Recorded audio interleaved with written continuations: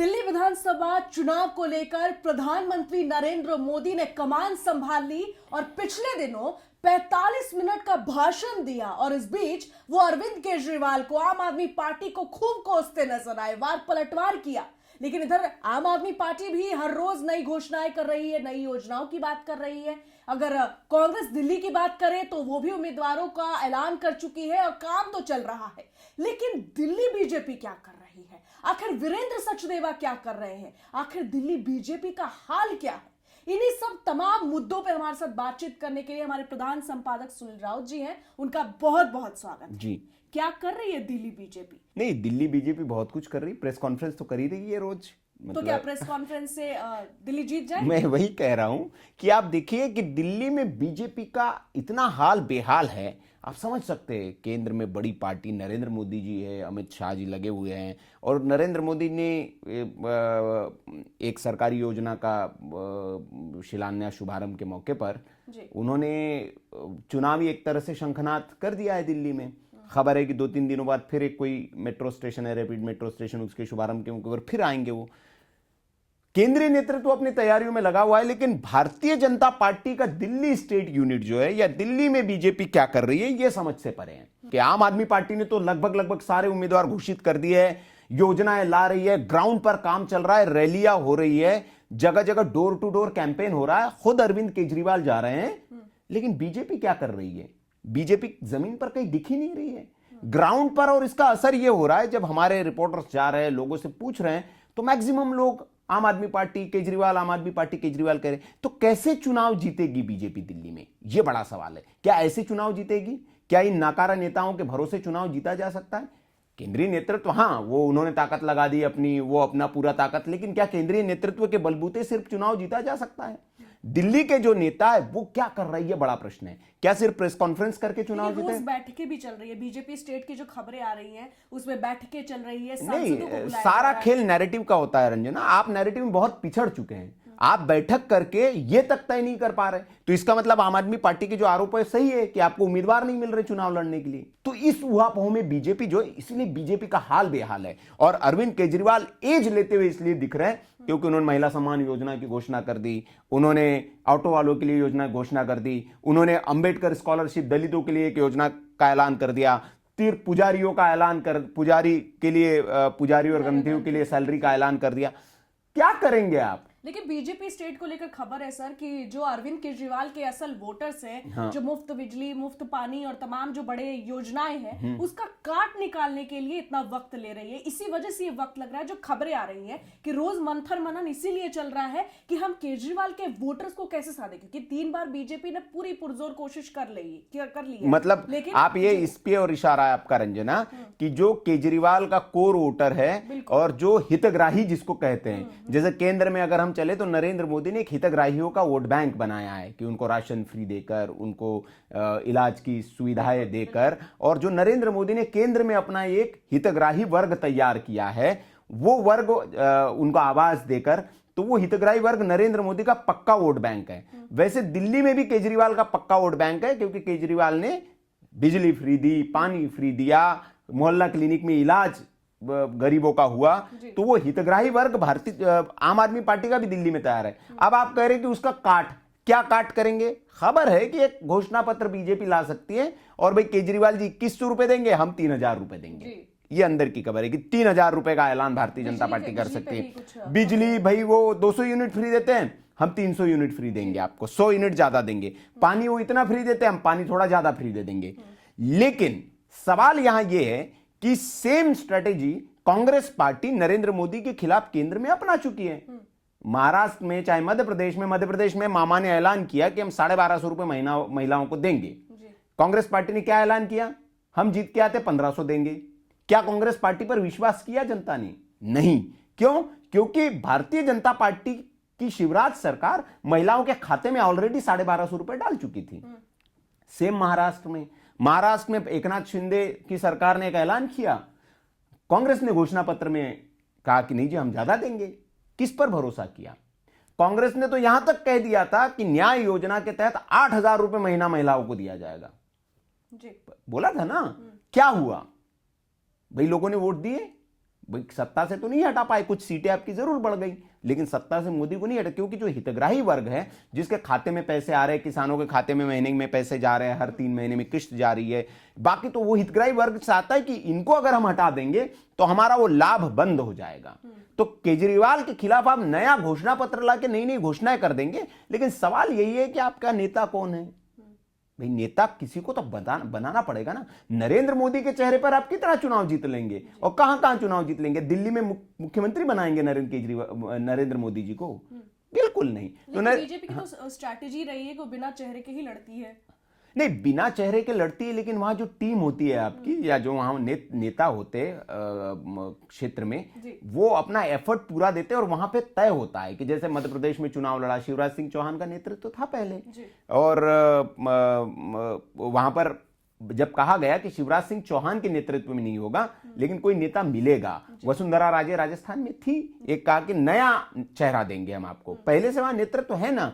दिल्ली में पहले का कौन नेतृत्व है? किसको आप रखेंगे? कौन है जिसके चेहरे पर आपकी केजरीवाल के काट में खड़ा करेंगे जिसको? अभी सुगबुगाहट हो रही थी जब तक वो खबरें नहीं आई कि प्रवेश वर्मा महिलाओं को पैसे बांट रहे, उससे पहले प्रवेश वर्मा के नाम का भी जिक्र हो रहा था कि बीजेपी उनके चेहरे पर दिल्ली बीजेपी को खेलेगी। इसी मैदान में प्रवेश वर्मा को सीएम का चेहरा भी कहीं ना कहीं माना जा रहा था, एक सुगबुगाहट थी। हालांकि उस खबर के बाद से प्रवेश वर्मा का नाम थोड़ा दबता नजर आ रहा है। नहीं, प्रवेश वर्मा को देखिए, मैं फिर एक पत्रकार होने के नाते, भारतीय जनता पार्टी में बहुत चाणक्य लोग बैठे हुए हैं, बहुत वहाँ पर अच्छे रणनीतिकार बैठे हुए, वो अच्छी रणनीति बनाते होंगे, लेकिन पत्रकार होने के नाते, एक राजनीति का विद्यार्थी होने के नाते, मैं तो ये समझता हूँ कि किसी बड़े नेता के बरक्स आप जब तक अपना नेता खड़ा नहीं करेंगे, बनाएंगे नहीं, जैसे तमिलनाडु में आप देखिए, अन्नामलाई को बीजेपी वहाँ प्रोजेक्ट कर रही है, वहाँ अन्नामलाई को तैयार किया जा रहा है, एक चेहरा अन्नामलाई बन रहे हैं। ठीक है, आप जिस राज्य में आप नहीं होते, उस राज्य में एक चेहरा तैयार करते हैं आप, और उसके इर्द गिर्द फिर आपकी राजनीति, आपकी पार्टी जो है, आपका नेतृत्व जो है तैयार होता है, आपके काडर को एक भरोसा मिलता है कि हाँ ये हमारा नेता है। तो ऐसे दिल्ली में आपको चुनाव के 2 दिन पहले नहीं होगा, वो आपको 6 महीने, 8 महीने, साल भर पहले उस नेता को तैयार करना चाहिए था। दिल्ली में तो इतने नेता है, हर आदमी को मुख्यमंत्री बनना है। भारतीय जनता पार्टी में मुख्यमंत्रियों की भरमार है भाई, कौन मुख्यमंत्री नहीं बनना चाहता है? लाइन ले लीजिए, सबको मुख्यमंत्री बनना है, नेता किसी को नहीं बनना है। भाई जमीन पर गायब है, कहीं नजर ही नहीं आ रहा है। दिल्ली जो बीजेपी है उसकी तैयारी क्या है, इस पर सवाल है, प्रश्न है।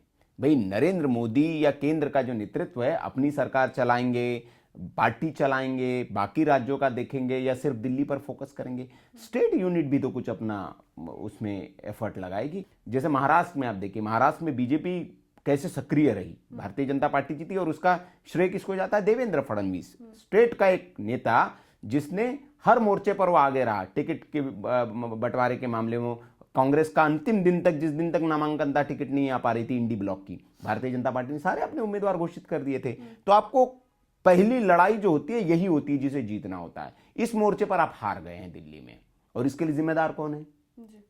State unit. ऑब्वियस है कि आपने तैयारी नहीं की, आपके पास काट नहीं है कि आप 3 बार से जो एक नेता आपको हरा दे रहा है दिल्ली में, पटकनी दे रहा है, उसको आप कैसे हराएंगे? आपके पास काट ही नहीं उस नेता की, वो नैले पे दैले फेंका जा रहा है, और आप रोज नया मंथन कर रहे हैं। अब 8 दिन नया मंथन करेंगे, 9वें दिन फिर कोई नई योजना ले आएंगे, फिर उसका आप वो करिए। लेकिन बीजेपी के बारे में भी ये बात की जाती है कि ये नैरेटिव पेश करने में या नैरेटिव को फैलाने में बहुत फास्ट फॉरवर्ड है। जितनी पार्टियां अब तक राजनीतिक पार्टियां हैं, बीजेपी एक ऐसी है कि जब ये हमला बोलती है तो धड़ाधड़ प्रहार करती है। नहीं, बिल्कुल। देखिए रंजना, नैरेटिव की लड़ाई आप जब मैदान में उतरते हैं तो जनता के बीच में जानी चाहिए। 2 चुनाव हमारे सामने हैं अभी जो हाल फिलहाल में हुए, एक तो महाराष्ट्र का चुनाव और दूसरा हरियाणा का चुनाव।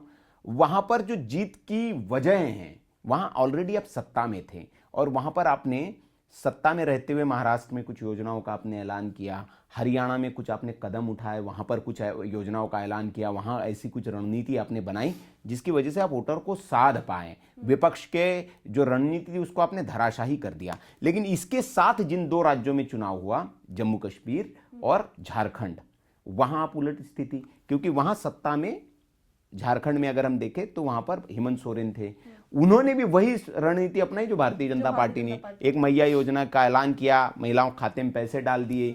तो इससे ये संदेश गया महिलाओं के बीच में कि ये तो पैसे डाल ही रही है सरकार। वहां भी भारतीय जनता पार्टी ने जो ऐलान किया था कि हम भैया ज्यादा पैसे देंगे जो दे रहे, लेकिन जनता ने हेमंत सोरेन पर विश्वास किया। तो नैरेटिव तो वहां कम थोड़ी चला, आपने घुसपैठियों की बात की, तमाम तरह के नैरेटिव बनाए, लेकिन झारखंड में आप हार गए। तो नैरेटिव से लड़ाई नहीं लड़ी जाती, नैरेटिव जरूर एक मुद्दा होता है, लेकिन वो जनता के बीच उसके मन में कितना उतार पाने में आप सक्षम होते हैं, ये इंपॉर्टेंट होता है। जम्मू कश्मीर में आपने तो 370 हटा दी थी, जम्मू कश्मीर का आपने कहा कि बहुत विकास कर दिया, हम बहुत खुशहाल माहौल है वहां पे, लेकिन जम्मू कश्मीर की जनता ने फिर भी बीजेपी को नहीं चुना। जो वहां के कारण अलग है, क्योंकि भारतीय जनता पार्टी वहां मजबूत नहीं है, उतनी सीटों पर चुनाव लड़ी नहीं, तो फिर भी जो जम्मू रीजन में जितना बीजेपी को उम्मीद थी वो उतना नहीं कर पाई। तो हर राज्य की अपनी अपनी परिस्थितियां होती हैं, वहाँ के मुद्दे होते हैं, और कश्मीर में भारतीय जनता पार्टी तो वैसे भी पहले से काडर नहीं रहा है, हालांकि अब धीरे धीरे अपना मजबूत कर रही है वो काडर वहाँ पर। तो अगर झारखंड का रंजना हम उदाहरण ले तो झारखंड में देखिए मामा शिवराज और हेमंत बिस्वा शर्मा जो है, जो असम के मुख्यमंत्री हैं, उन्होंने पूरी जी जान लगा दी थी, ग्राउंड पर कितना उन्होंने काम किया, लेकिन फिर भी वो जिता नहीं पाया राज्य में। तो यहाँ पे तो उल्टी स्थिति है, ग्राउंड पर नजर ही नहीं आ रहे कुछ, ना नैरेटिव की लड़ाई आप लड़ रहे हैं, ना ग्राउंड पर नजर आ रहे हैं। आपका अपोनेंट जो है वो आप पर भारी दिख रहा है, वो ग्राउंड पे भी है, घर घर जाकर वो लोगों को कार्ड बांट रहा है, आपके योजनाओं के बारे में जानकारी दे रहा है, उसका काडर उतर कर जमीन पर महिला सम्मान योजना के बारे में जगह जगह कैंप्स लग रहे हैं, और Bharatiya Janata party press conference कर रही है। मतलब आम आदमी पार्टी सक्रिय है और बीजेपी स्टेट बिल्कुल मौन स्थिति में है। मतलब हाल बेहाल है, समझ नहीं आ रहा है कि क्या करें। मुझे लग रहा है कि ये स्थिति है कि बीजेपी स्टेट यूनिट की कि क्या करे, कुछ समझ नहीं आ रहा है उनको, जबकि दिग्गज लोग हैं, रोज सांसदों का जमावड़ा लगता है, रोज बातचीत होती है। नहीं, बेसिकली क्या है कि सांसद कुछ नहीं कर सकते इसमें, सारा देखिए दारोमदार जो होता है सेनापति, आपका सेनापति कैसे है, सेनापति कौन है इस वक्त दिल्ली बीजेपी में, वीरेंद्र सचदेवा साहब।